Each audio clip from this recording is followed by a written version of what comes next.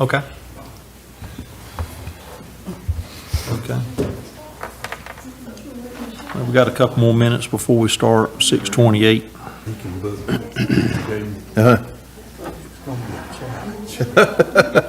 You can do it. With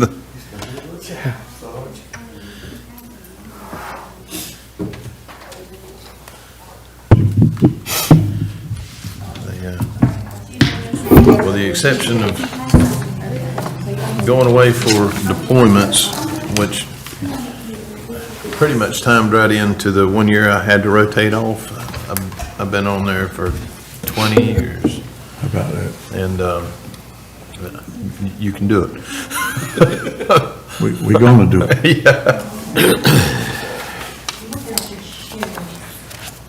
Biggest thing in that spot is folks want to know that you care about them. Right. They'll be forgiven of a whole lot else. They're gonna bend your ear about a lot About a of things, but minute. you're used to that than all the things that you've done around here, so Yep. Yep. It comes with the territory, don't it it? does.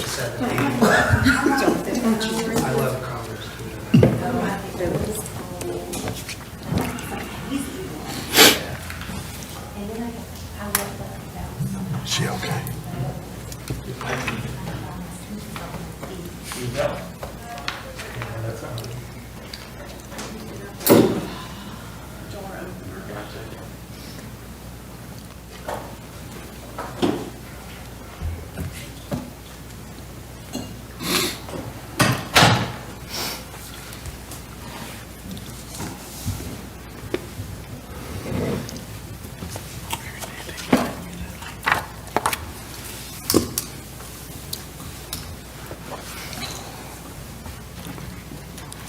All right, we're at 6:30. I'd like to call the meeting to order. I'd like to welcome everybody here tonight to the Town of Archer Lodge Work Session Meeting on this Monday, October 20th, 2025, in these Jeffrey D. Barnes Council Chambers. If you would, please, Councilman Jackson, if you would give our invocation. Will do. Father, we thank you for this day. We thank you for the many blessings that you've given our town. And we're thankful for the opportunity to work on the behalf of our citizens.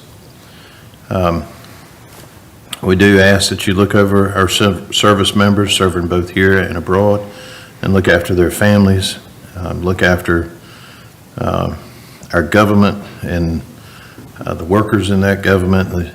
This month, I'm sure, is tough on them.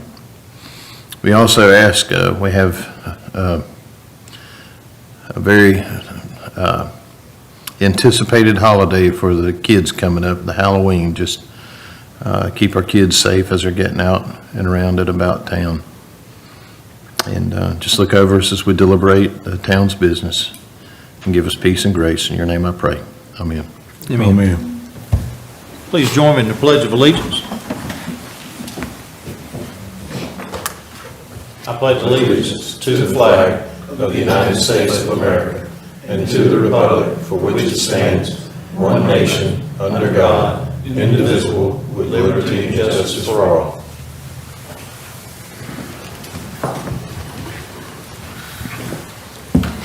Okay, item number 2. Item number 2A, Mr. Lee Worsley is running a few minutes behind.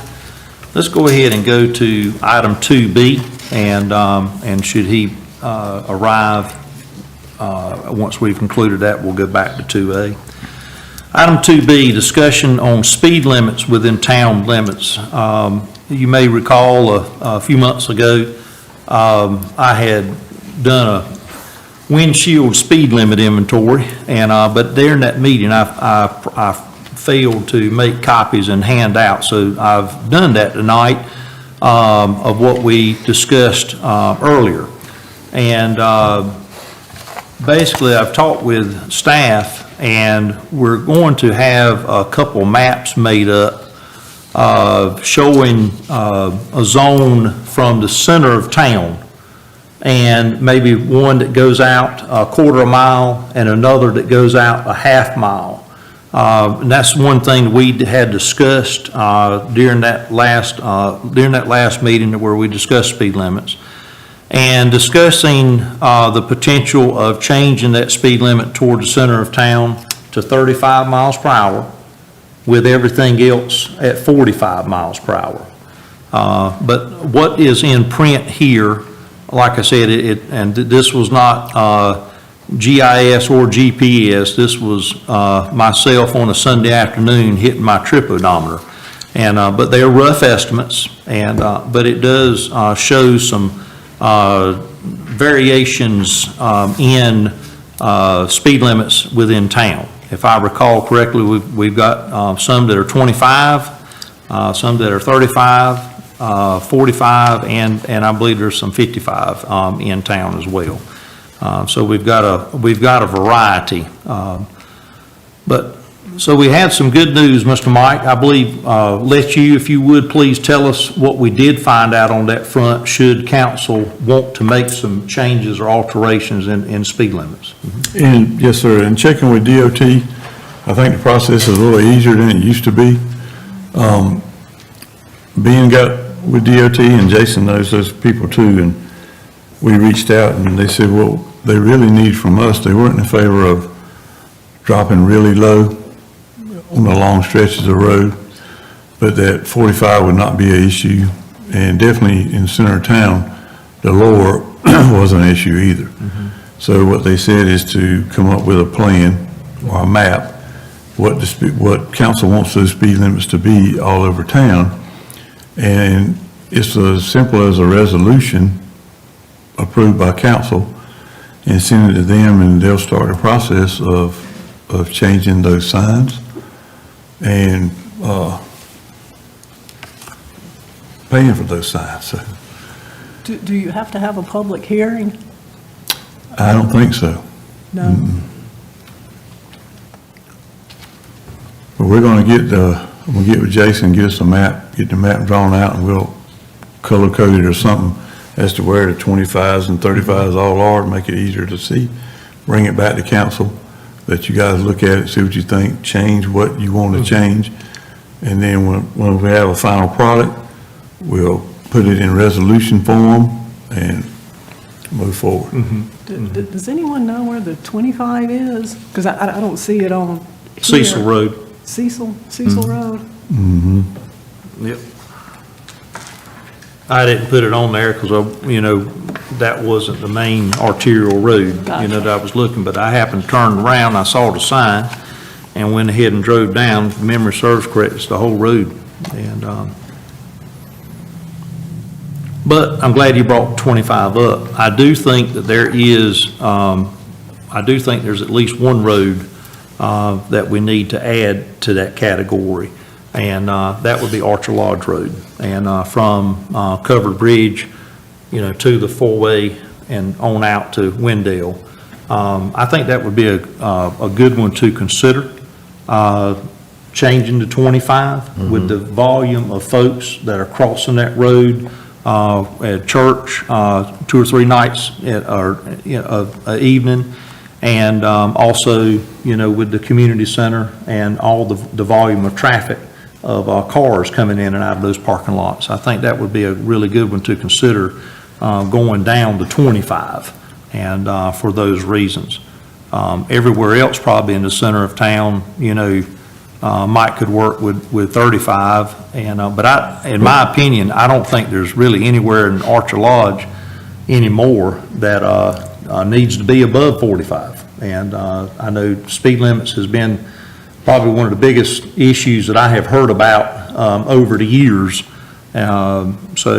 But you mentioned a good point. The point was made about a public hearing, even though that's not required from DOT. If council would like to do that, we could certainly look into that. But at the very least, having those maps made, showing those multiple options, I think would be beneficial, versus just what we have here. Again, what we have here was a starting place, but to have that map and show how far a quarter mile goes out, or potentially how far does a half mile go out, and, for everybody's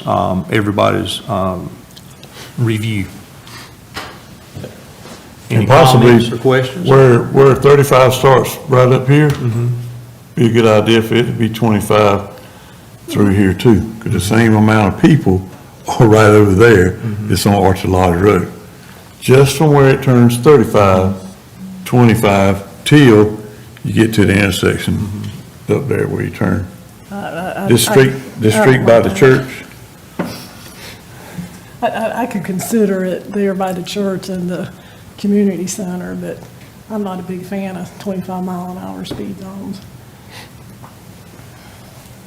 but you might would agree if we went 25 from where the community center starts by the church.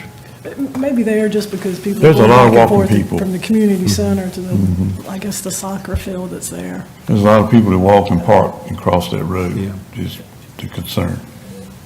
It would, and so I'm good with all that, but something I got to thinking about the other night at church, or I've thought about several times actually at church, is what would be the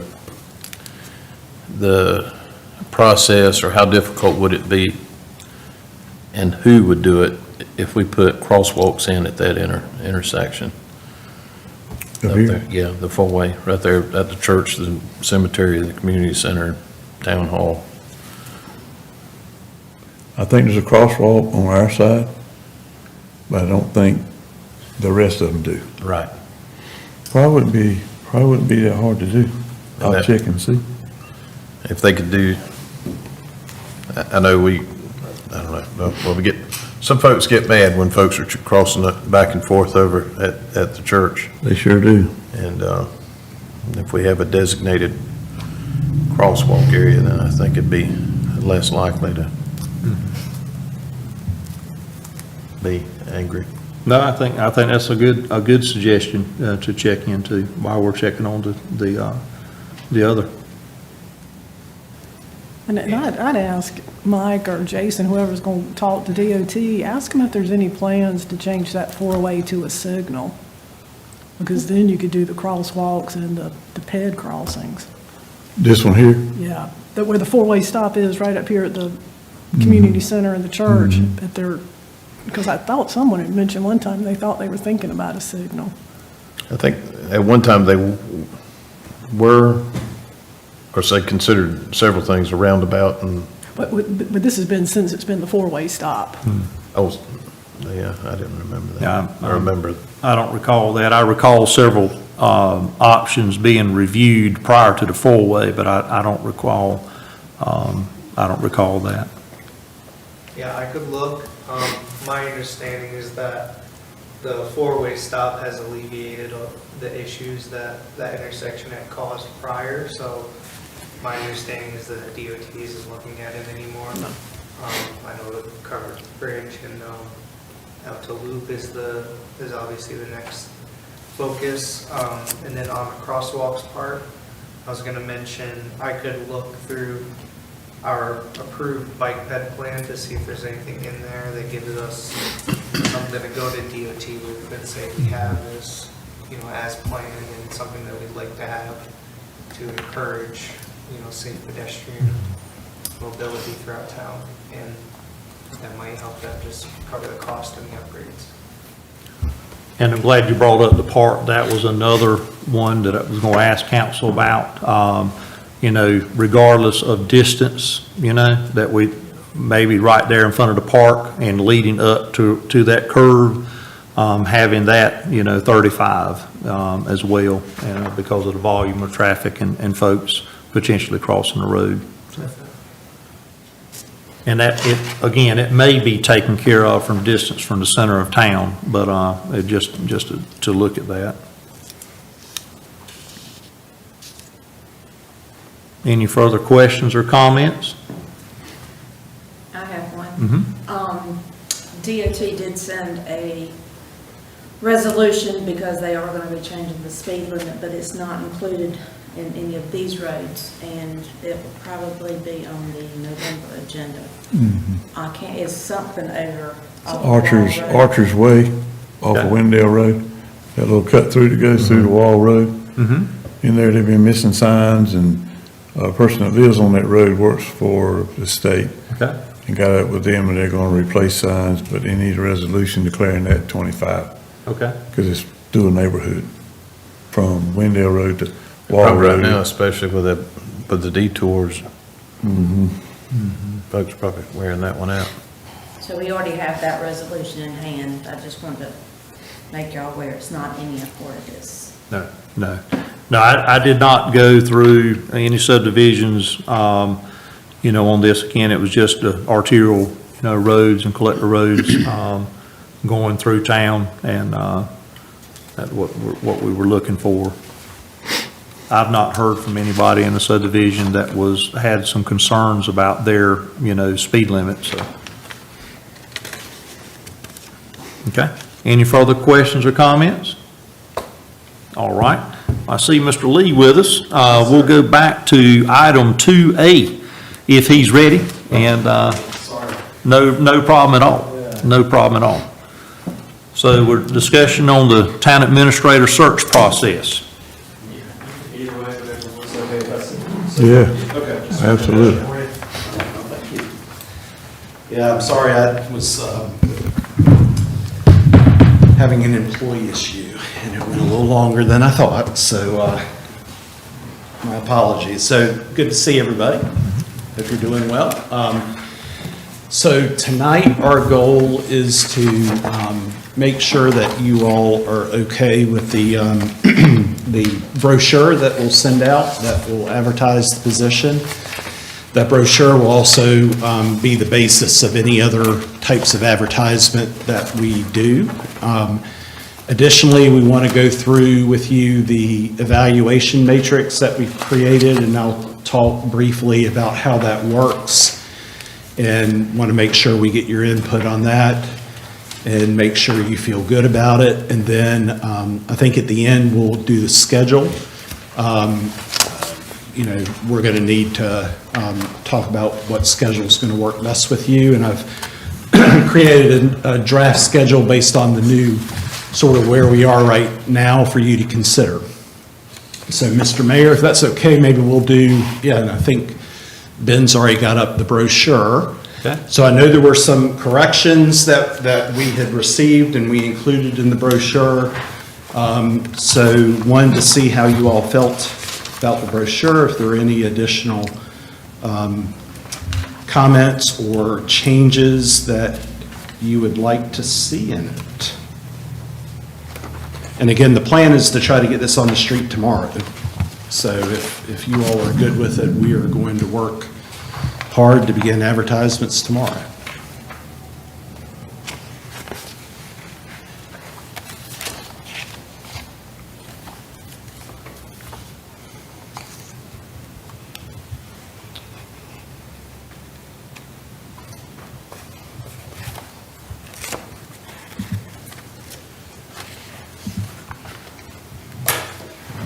So to apply, they're just sending a letter of interest and the resume. There's not like a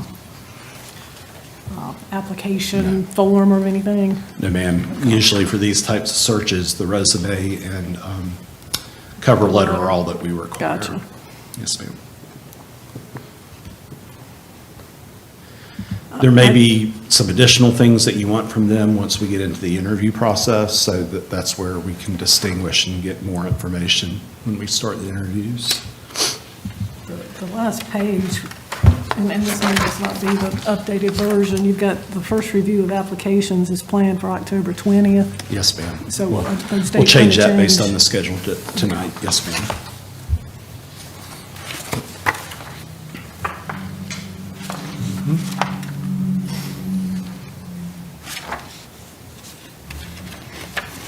Any other comments? Everybody okay with us? I think it looks good, except for the Moving forward dates with that what we Councilman got. Bruton just pointed out, and, which Yep. was just an adjustment timing-wise. Okay. All right. Councilman Jackson or Mayor Pro Tem Castleberry, do either of you see anything of concern, or how do you feel about what's presented here? I think, my opinion, it looks really good. Covers a lot of the hot spots we got going on. And,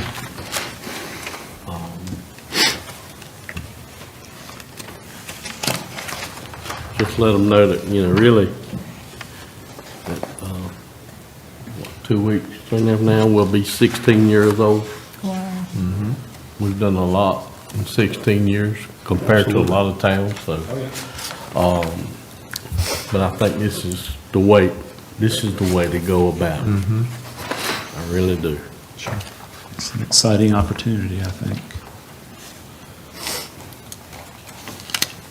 And it does include that, on page 2, says the date of, incorporation, or at least a year, 2009. But you're right, 16 years old, and May the 9th. I mean, November 9th. Lee, I do have a question. For the employees, are you considering anybody that gets a W-2?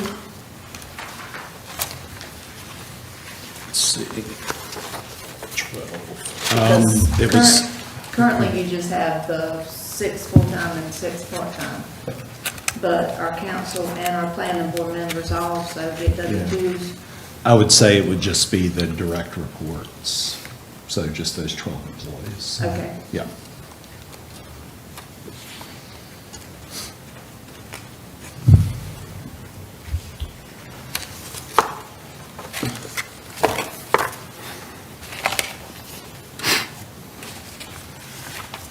Okay. I'm okay with it. I think it looks good. Okay. All right. We'll move on to the spreadsheet. Nope. Might help if I had the right one open. Me, not Ben. Ben's got the right one open. I've got the one open right now for Benson. Y'all want to see that one? All right. So this is how we,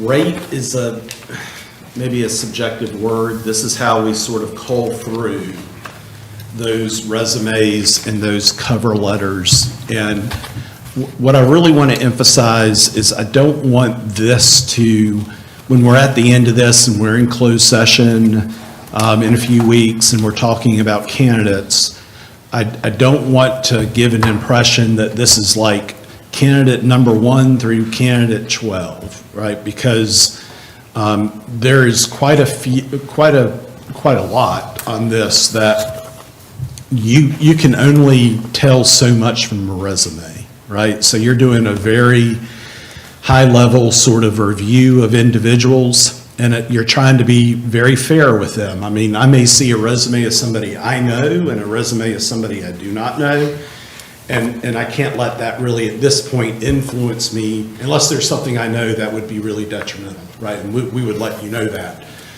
But I need to be able to view what I see on a resume and take what I see on the resume and translate it to you in a very objective way. So the purpose of this is really to help focus you, right? Because if you're looking at 30 applications and going through resumes, you can get, I mean, it just is natural, right? You get mixed up. You're not sure if one person has it, another person doesn't. This is meant to supplement and really to focus you in, right? On the candidates that are, at least on paper, meeting those qualifications that you all have identified as really important to you. And we do that numerically. We assign points and we'll sort them. But we always stress that as a board, you all need to invite, to interview, and ultimately offer the job to the person that meets your needs the best. And, once you get somebody in here and start talking to them, the fourth person on the list might be the right fit, right? And the first person on the list may not be right, might have everything on paper, but when you start interviewing, might just not click, right? Or might not fit. So this is just that first sort of call. So what we do is Elena and I actually sit down together so that we can make sure we're checking each other. Do you think this person has this experience? Nope, I don't. Okay, well, let's look at it again. And we go through and we assign points or check off requirements. And so, Ben, if you'll scroll all the way to the left there for me. Thank you, sir. So we just give some very basic information, first and last name, email address, their current position. And the way we do this, and actually came up in Benson, if the person is in transition right now, if they're not employed, we'll put an NA. That doesn't mean that they're not willing to share their position. It just means they're not currently employed. but if they're currently employed, we'll put that position, company or jurisdiction that they're employed with. You can go to the right now. So the green things are the items that you all said are minimum requirements.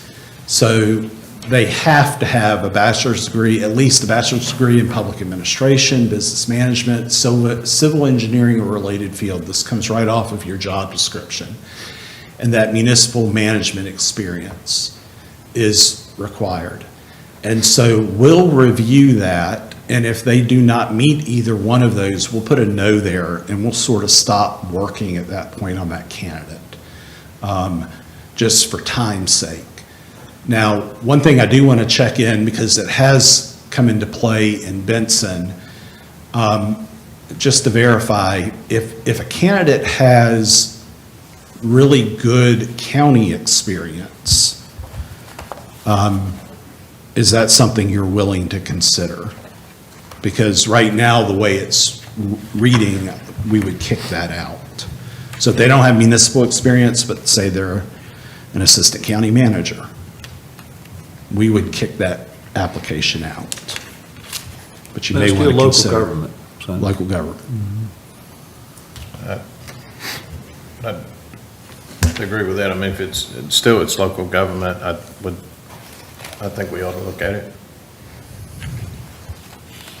Well, let me ask you. Yes, ma'am. Do you think the roles for a county and a municipality are similar? There are differences. I've been a county manager, I've been a municipal manager. I think if somebody's been a county manager, assistant county manager in North Carolina, they know enough about municipal government and how to manage and the laws and the budgeting, how to work with a council, how to work with a community, that yes. So you think it's relevant? I think it could be relevant. Okay. Yes, ma'am. That's what I needed to know. And the only thing this will do is make your pool larger, right? You're not excluding people that maybe could be a good candidate, and then you can weed it down from there. All right. So then you had sort of preferred or pluses being a master's degree or an ICMA, International City County Managers Association credentialed manager. So if folks have that, we would give them a bonus point. And then we get into the ideal attributes and also those critical knowledge areas. So this is where it's a lot more subjective. And so part of this is actually seeing if the candidate actually read the job advertisement and, tailored their cover letter to actually highlight things that he or she have done that meet the requirements that you do, or their resume. And so admittedly, this is much more of a, if they say they have this strength or they've demonstrated something on a resume that aligns with this, we'll give them the point. It's really, I can't judge, right? Did they do it well? Did they not do it well? So I just want to say that, right? Because there is some subjectivity in that part, right? Now, where we can really start drilling down is when you start forming your interview questions and talking to somebody. That's where you can really start pulling out, well, what did you do specifically to be a strong communicator? Give me specific examples. Tell me how this worked. But you'll be surprised. I mean, there are people, I have seen a resume and I say, I know you've got this skill. I've seen you do it, but you didn't put it on your resume. You're not getting it, not going to get a check off from me. So I just wanted to run through these again. And we split these out. So the ideal attributes will sort of do as half of a score. And then the critical knowledge areas will do as another 50% of a total. And then we call that competency. And we'll actually tease the competency and then like the bonus points out so that you'll see how somebody maybe measures up on the competencies versus maybe just getting a couple bonus points because they have a master's degree or a credential manager. And we'll sort those both ways so you can see them. So these are the items that you all identified. budget development, grant writing, human resources, community planning, communication, core municipal function, understanding. And the two people that we sort of used as guinea pigs, we just said, well, what if they did this? And then you can see at the end how their scores measure up. And we'll present this to you. So I think about a week before your interviews, what you'll get is an email that I'll send to your interim manager or town attorney so that they can send it to you confidentially. And what you'll get is a link to the spreadsheet, and you will also get, well, you won't get a link to the spreadsheet. You'll actually get the spreadsheet attached to the email so that you all individually can look at the spreadsheet, sort it in whatever way you want, do what you want to it, so you don't mess up the master spreadsheet. And then we'll actually link you to every single candidate. So every candidate will have their own folder, and they will have anything that they sent to us, cover letter, resume. So that way, if you want to look at a candidate that didn't meet the minimums, you can look at them. If you want to meet the number one candidate, you can look at them as well. You can look at every candidate. We're not going to keep any candidates from you just because they meet or don't meet. You're going to see them all.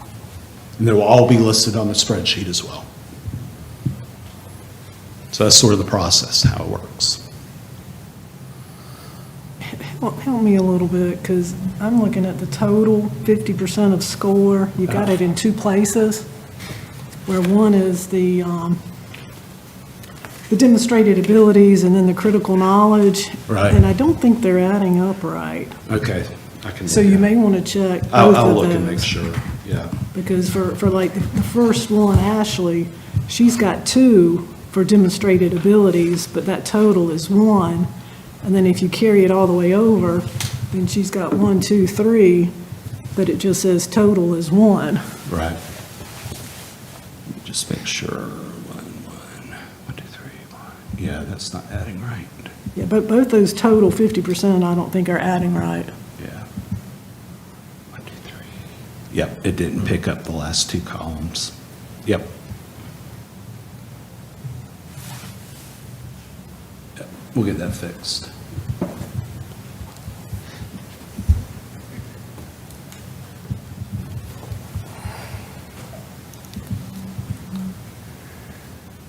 So it actually ended up being a 1.5. So it would be a 3.5. And then, I can't even figure out where Bob gets 0.5 for the total 50%, right. because it's only a 1.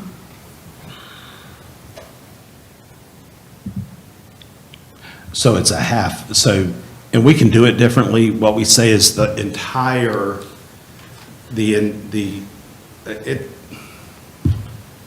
need to work on it. Now that I've tried to explain it, it's not working out the way I had wanted it to. We'll fix it. We'll fix it.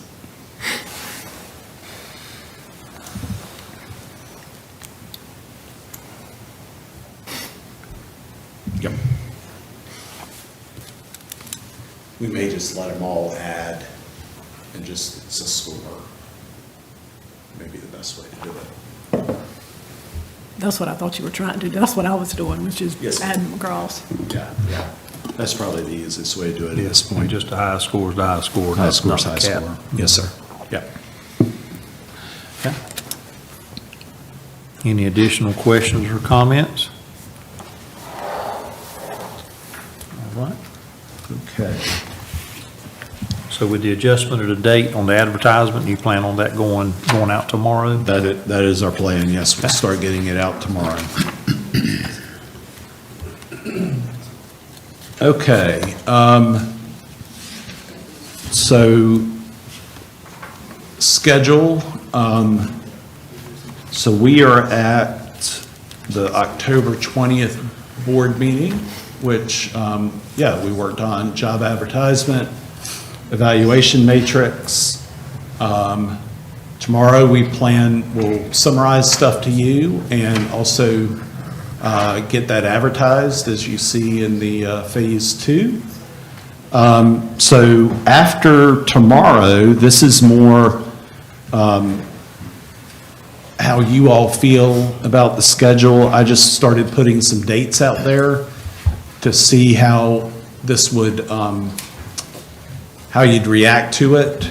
I assume that you still wanted to move fairly quickly, so that's what I'm doing here, but we can pace it in whatever way you want to. So I've got a November 14th review of candidates, and we still need to change some dates. It's not the October 20th, but it would be before the November 17th or December 1st meeting.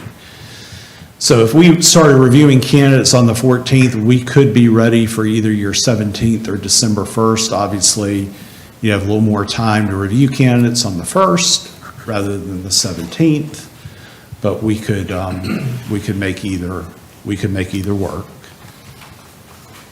So I guess that's one of the bigger questions. And then after that, because I know we're going to be sort of into December, in the holidays, I've got a bunch of to be determineds, and to see where you all want to maybe head in terms of interviews and all of that. So, Mr. Mayor, I don't know how you want to handle that, but I think the first critical question is, do you want to be reviewing applicants as soon as the 14th of November? I mean, that's 3 weeks. And then, do you want to aim for the 17th or the 1st, or another date? Doesn't have to be those two. It's up to y'all. But, you know, one of those factors will be the pool that we're looking at, right? It will. And Yes, sir. hopefully we'll Yes, sir. have a good applicant pool. Sure. You know, council has stated that they wanted to try to move along as quickly as we could. You know, so I would say, you know, if we had a good applicant pool as of the 17th, you know, to try to shoot for that. Now, how does the rest of council feel about that? That's good. If it's a good pool, I'm good with that. If we've got a good pool, exactly. And I wouldn't want to limit ourselves if we, you know, have a short pool, but hopefully that won't be the case.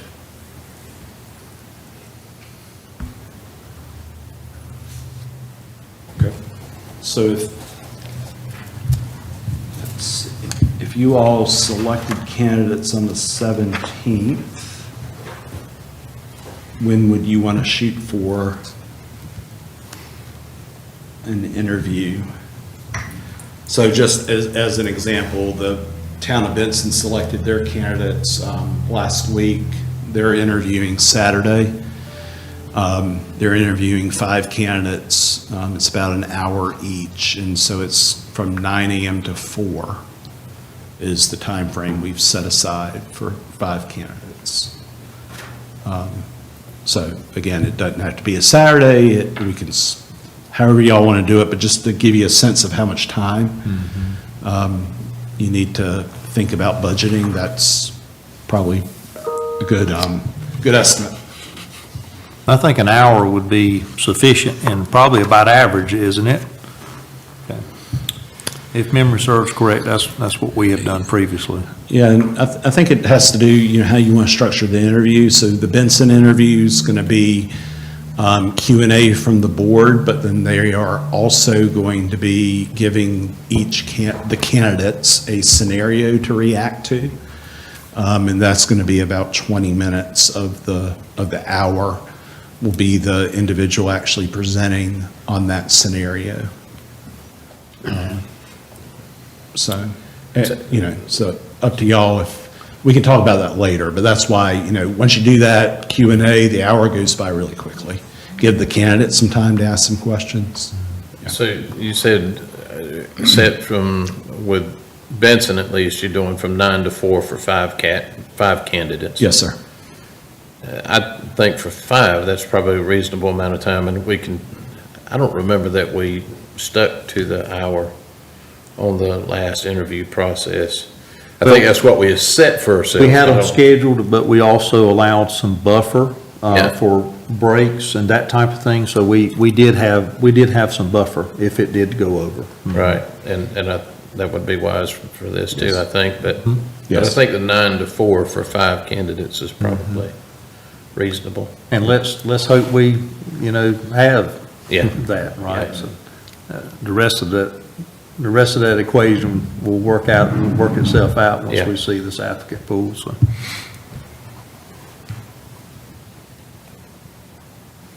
But now what day, I think is probably the next thing, what day of the week kind of thing. I was thinking the same thing. Because the week after that is Thanksgiving. We can come in on that Thursday, nobody's working that day. You gonna bring the turkey? Well, y'all, Now, that would be a very devoted crowd, right? it would be. I love my mom, and she'd be mad at me. Yeah, I don't think that day would work. No.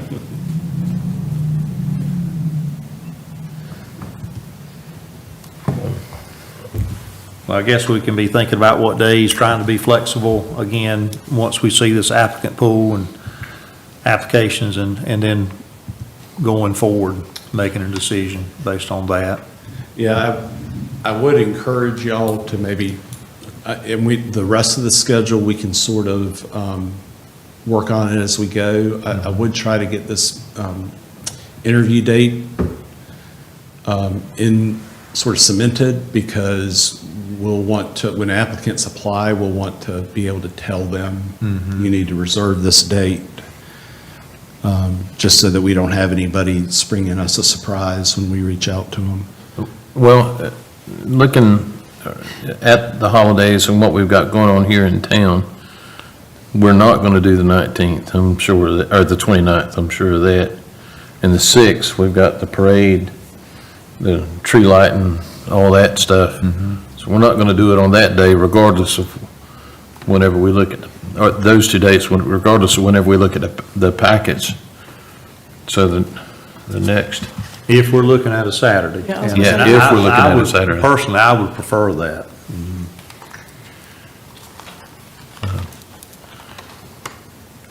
So So would the 13th be open for everyone? if we're going to do it in December, I think 13th is pretty much what we got. The 20th is, In January. yeah. The 20th, people start taking trips. And the 27th, they're still on them.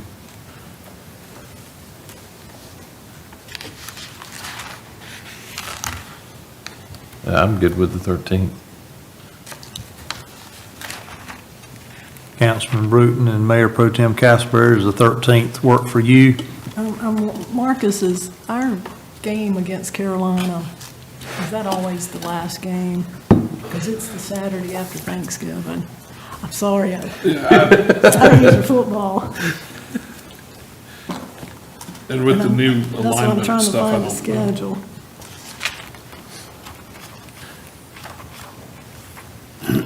Game is the 29th. Yeah, but that's, I was thinking it was always the last one, and it is, so.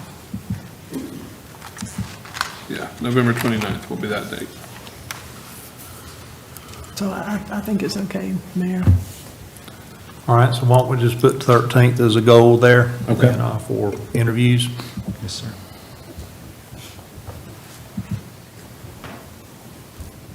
But one thing I'd like to just clarify, we've got November the 14th to get the candidates to the board. That's a Friday, and staff doesn't work on Friday, so I think we need a game plan on how we're going to get them that Friday.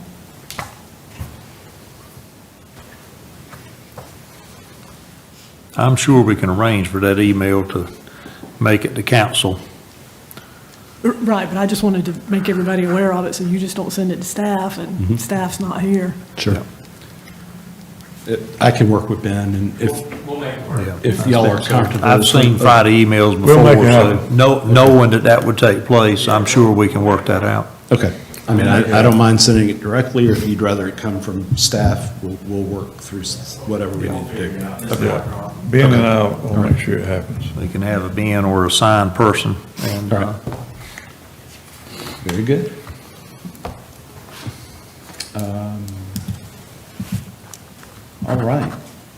So, did y'all want to work, okay, so we're gonna shoot for December 13th. Sorry, Ben, if you'll scroll back down. Yeah, sorry, man. December 13th, special board meeting for your 5 candidates. During that meeting, the goal will be to really try to determine your top 2 candidates, or you have no candidates, or maybe there's one that's just like the unicorn that you want to go after, right? Really having a good plan after that to move on. And then also, if you want to do a second round interview, I'm assuming you'll want to with at least one candidate, thinking about how that might work. And then we can sort of go from there. But I think y'all have got a good plan to get you to the 13th of December. And I will say, I mean, I don't mind sharing, it's public knowledge. We got, like for Benson, we got 48 applications. 20 of those met minimum qualifications. 1 dropped out because they took another job. So they had 19 to consider. It was a variety, mostly in-state. There were a few qualified applicants out of state. They picked 5, and like I said, they're interviewing Saturday. I was going to ask you about the in-state, so. Yeah, it was more in-state than out of state, but there were some strong out-of-state candidates for what they were looking for. And I don't want to get that deep into it. Yeah, there was a nice mix. A lot of individuals that were managers, some with county experience. But yeah, I think the board was pleasantly surprised with the numbers. And I do remember the discussion here, are there opportunities maybe for some candidates in that process? And depending on where Benson ends up on Saturday, there's some good candidates that they didn't select just because, they needed to take 5, right? And there were some candidates outside of that 5 that were good, that were strong. So we may have an opportunity to do some outreach based on what they decide, so. Great. Hopefully that foreshadows our results so far as the pool I hope that so. we're looking at. I hope so. No, I think like we've talked about, you've got a great opportunity, very stable. I don't think it's any mystery that Benson's having some struggles right now, and even with that, they had a really good pool, because I think the Benson's opportunity is really good as well. So, Right. yeah. Lee, will you be sending any of those candidates, not in the top 5, but anybody that had applied for those jobs of this position? We will, yes. I want to see what happens on, they'll of course see it when it gets advertised anyways, but I may do some direct outreach based on what happens on Saturday to some of them, absolutely. Yep.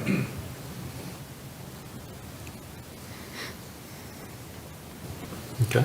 So I think that date for the interview, that would apply whether or not we have a good pool Yes. on the 17th or whatever the 2 weeks after that will be. Yes. That would still fit for that. Yeah, and if we get to, let's see, if we advertise tomorrow, 21st, if we get to like election day, right?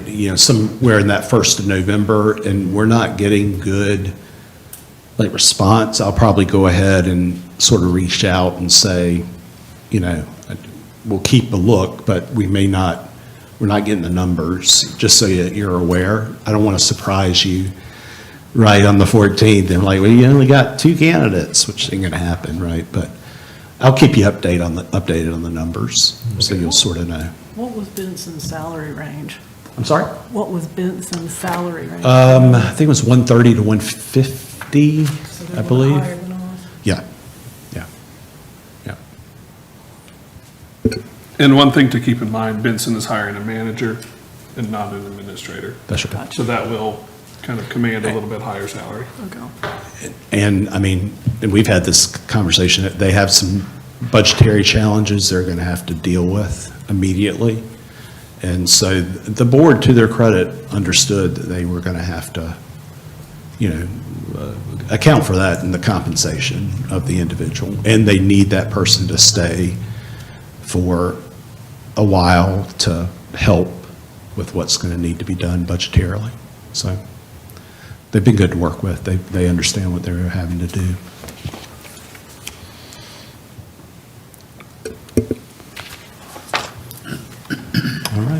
All right. I think our marching orders are clear.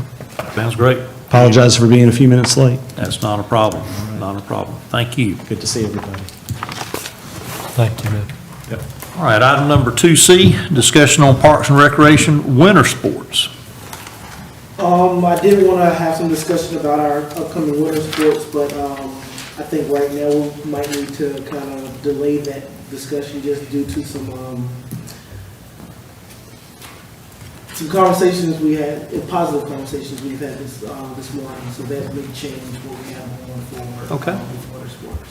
All right. And I do want to remind everybody that we do have the shredding event this Saturday from 9 to 1. Spread the word. We'll be out there working hard and telling everybody to bring their discarded files and everything else you want to get it shredded. That's going to be at the park again? Yes, sir. Okay, great. It's 9 to 1, Chris? Yes, sir.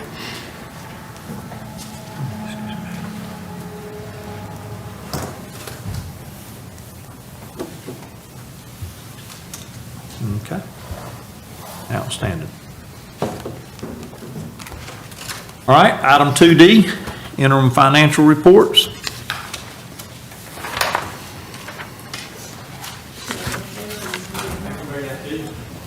That's fine too. Thank you.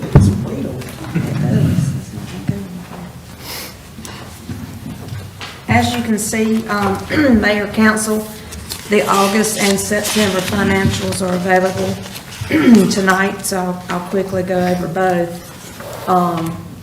as fast as possible. August is the second month of 12, so that's 17% through with the fiscal year. And so when you look through the worksheets in front of you, ending August 31, keep that in mind. Revenues, if they're higher than 17%, that's excellent. If expenditures are higher than 17%, that's not good. So, and then we'll go on to September to see if any of those figures have changed. As you can see, we've not gotten many of the ad valorem taxes during the month of August, very, very little. But the vehicle taxes do come in every month, and they're pretty within, I would say, 20 to 35,000. It can range anywhere from there per month. If you will quickly look at the park and rec fees for the month of August, it's $7,200, and then as well as the rentals are a little less than $1,500 just for the month of August. We'll flip over to the next page. We have some investment earnings of $3,100 during the month of August, as well as the transfer from the Park Reserve Fund to the general fund to make the debt payment to the Smith family for the park. Of which I think we have, what, 2?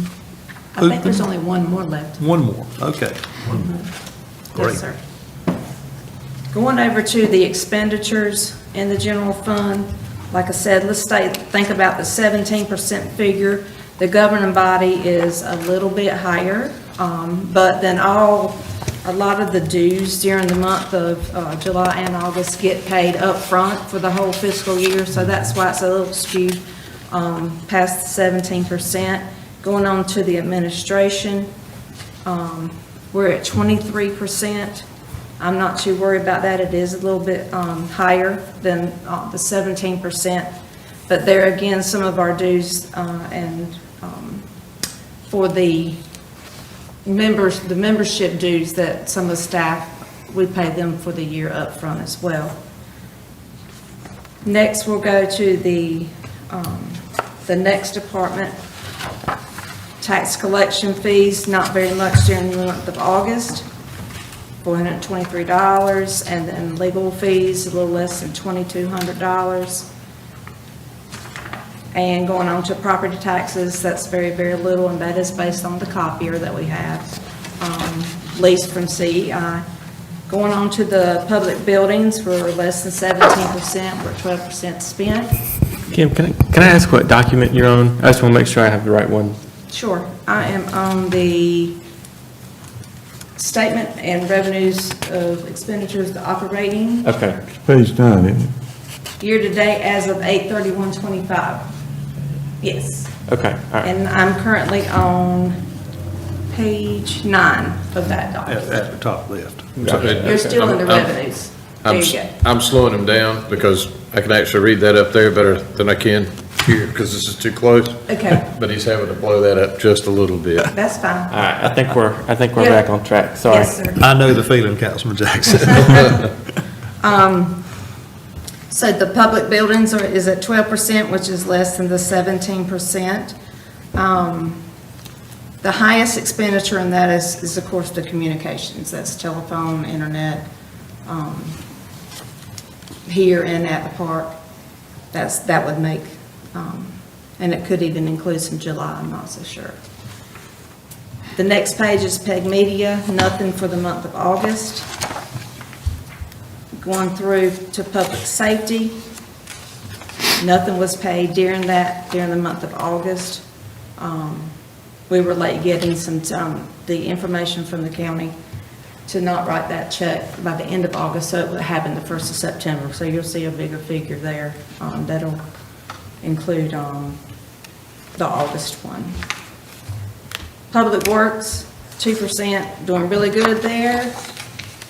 And then we are at planning and zoning, which is just 20%.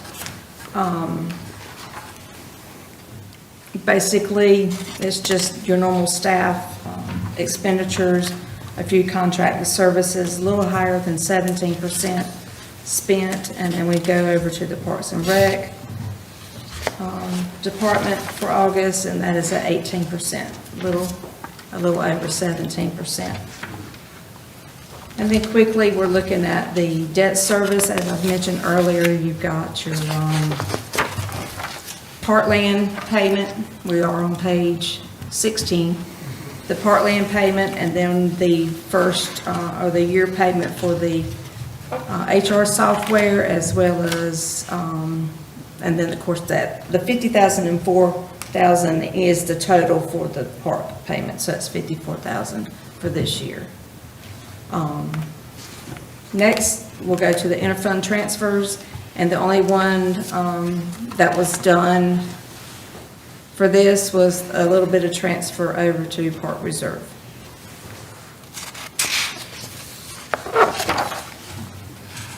Now looking at the other funds, the Capital Reserve, Park Reserve, and Public Safety Reserve. Basically, the only activity in those funds are interest earnings. And roughly looking through,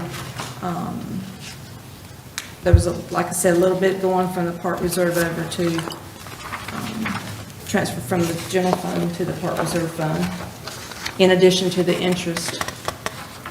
And then we transferred from the Park Reserve Fund for the loan payment, went to the general fund to pay it out of the general fund. And then we have the public safety, and you'll see there's interest earnings on that. And the very last page will kind of give you an idea of where we are with the grand total of all four of those funds. The General Fund 10, Capital Reserve, Park Reserve, and Public Safety Reserve. And the operating is at the bottom. Kind of gives you an idea of how much revenue we got in, what expenditures we have, and where we are with the net for the month of August and also year-to-date. So we're currently in the negative 280,000, a little less than 281,000. But that's not unusual at the first of the fiscal year, as you are aware. We don't get the property taxes until November, December. And then the sales tax each comes in each month. Any questions regarding the August for those 4 funds? And then the next year, I wanted to just share with you, yes, that one. Of all the funds, let's make sure, go to the top, make sure it says end of, yep, 8/31, thank you, Ben.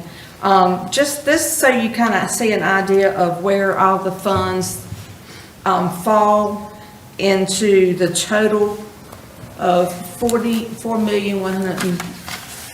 $138,000. So you can see the capital reserve is a little less than 80,000 of that. Park reserve is a little less than 79,000. Your public safety reserve is right around 531,000. And those transfers that were done at the first of the fiscal year they're a part of those figures that was in the budget.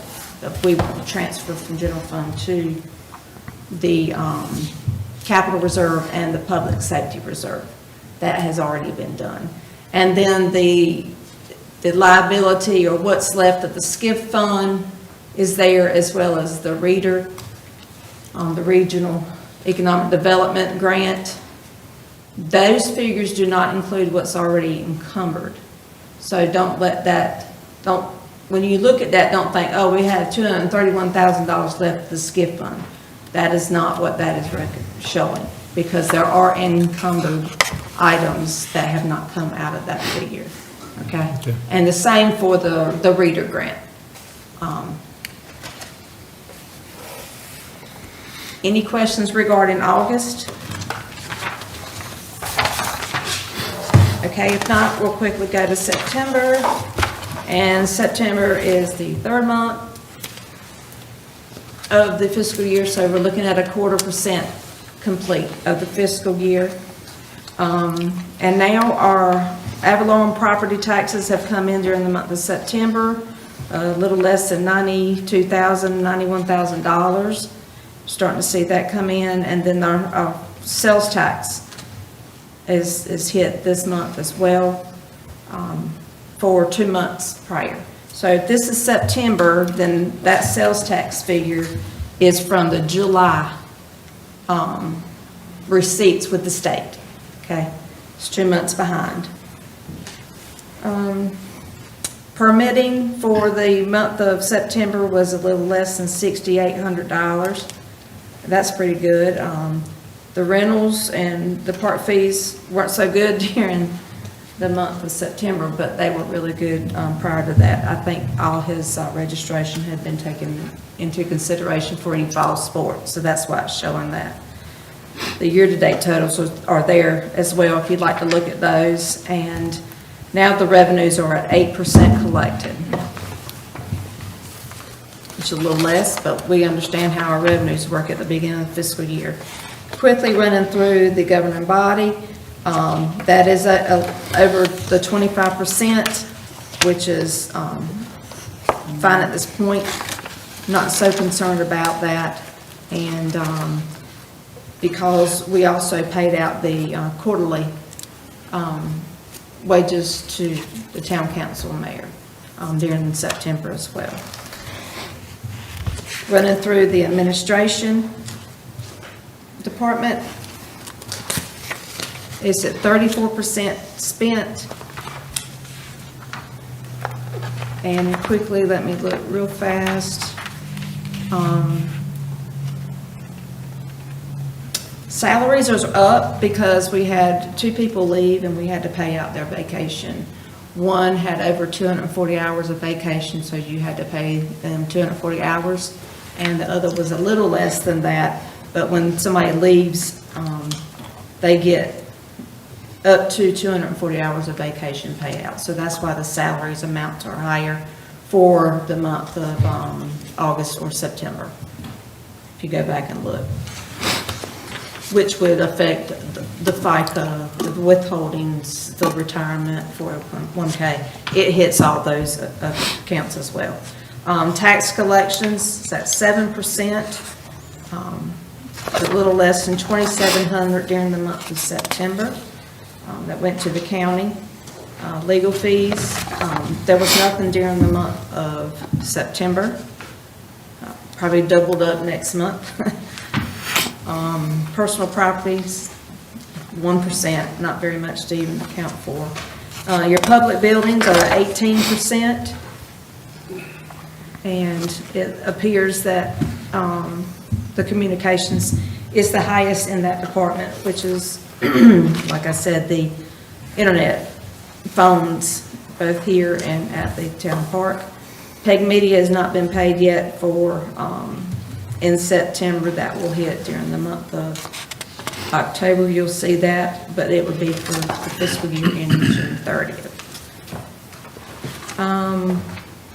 Public safety, just a little bit, the monthly fee that we're doing now to animal control is basically the only thing paid out during the month of September in public safety. And then for public works, very little, it's at 6%. That's really good, holding that lower than the 25%. Moving on to planning and zoning, that is at 27%. It's right around the 25 percentile.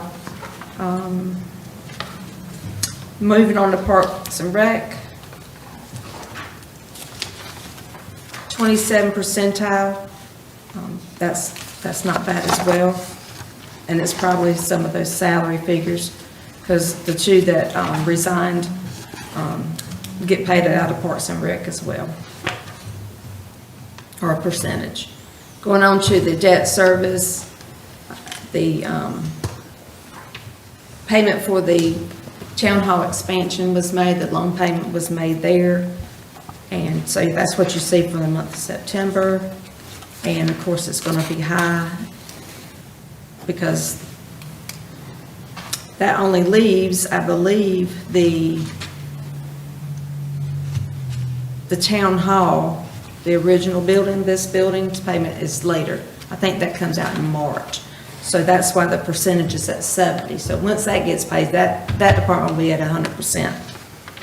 And then we have the interfund transfers from the general fund to the park reserve, $7,400 for that. And that is all of the general fund. So if you look on page 18, you see where the operating expenses are with revenues and expenditures, or just for the general fund. At the end of all the documents for all four funds together.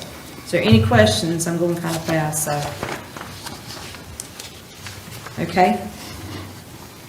In the other three funds, definitely interest expense was received in all three of those funds. And I believe, other than the 2-cent transfer from the general fund to park reserve fund that we do every month, other than that is all that has the activity in those three funds.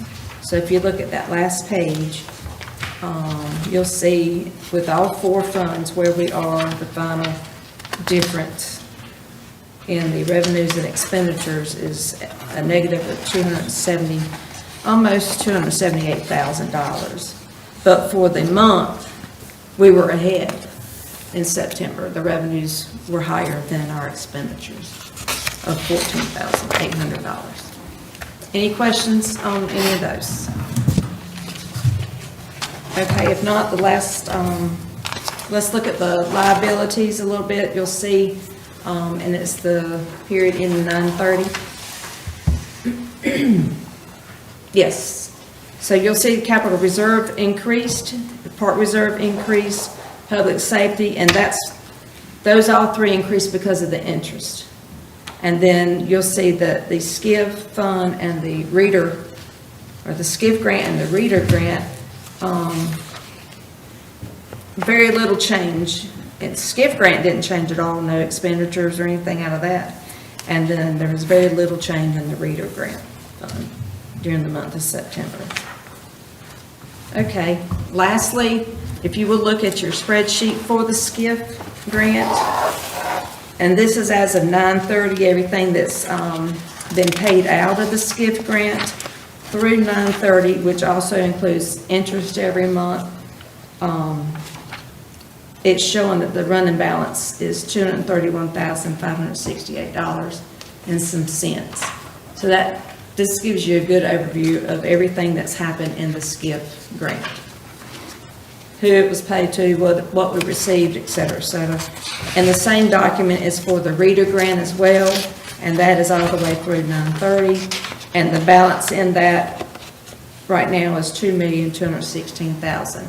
Like I said, that does not include items that are encumbered, which we do have quite a bit of encumbered amounts. But I just kind of want to give you an idea of where the the interest comes from for those grants and where all the money's being spent. Does anybody have any questions regarding any of the finances? But that's a significant amount of grant money, just that one grant, and dating all the way back to 2022. And so, Yes. If nobody has any questions, that's all I have, Mayor. okay.